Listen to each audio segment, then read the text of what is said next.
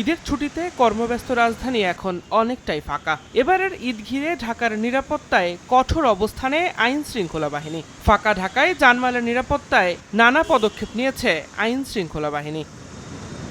শনিবার সকালে DMP media সেন্টারে পবিত্র ঈদ উল ফিতর উপলক্ষে সংবাদ সম্মেলনে ঢাকা মহানগর গোয়েন্দা পুলিশের অতিরিক্ত পুলিশ কমিশনার রেজাউল করিম মল্লিক বলেন, ঈদের ছুটিতে টহল কার্যক্রম জোরদারের পাশাপাশি ডিএমপির আওতাধীন ৭১টি বিশেষ গুরুত্বপূর্ণ স্থানে চেকপোস্ট বসানো হয়েছে।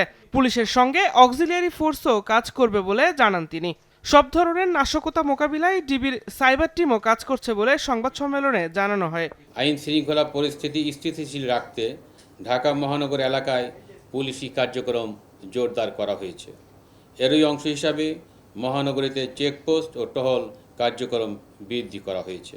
বিভিন্ন গুরুত্বপূর্ণ ও কৌশলগত স্থানে ডিএমপি কর্তৃক ৭১টি পুলিশি চেকপোস্ট বসানো হয়েছে।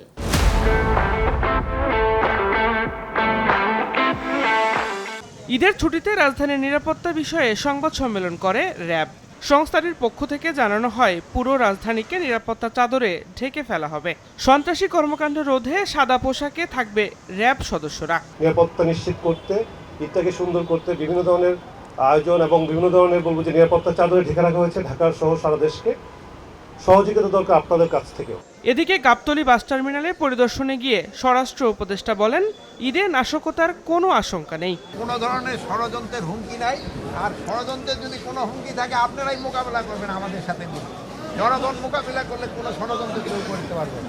যাত্রীদের কাছ থেকে সরকার নির্ধারিত ভাড়ার অতিরিক্ত আদায় করলে ব্যবস্থা নেওয়ার হুঁশিয়ারি দেন স্বরাষ্ট্র উপদেষ্টা। দিন মোহাম্মদ সাব্বির, সময় সংবাদ, ঢাকা।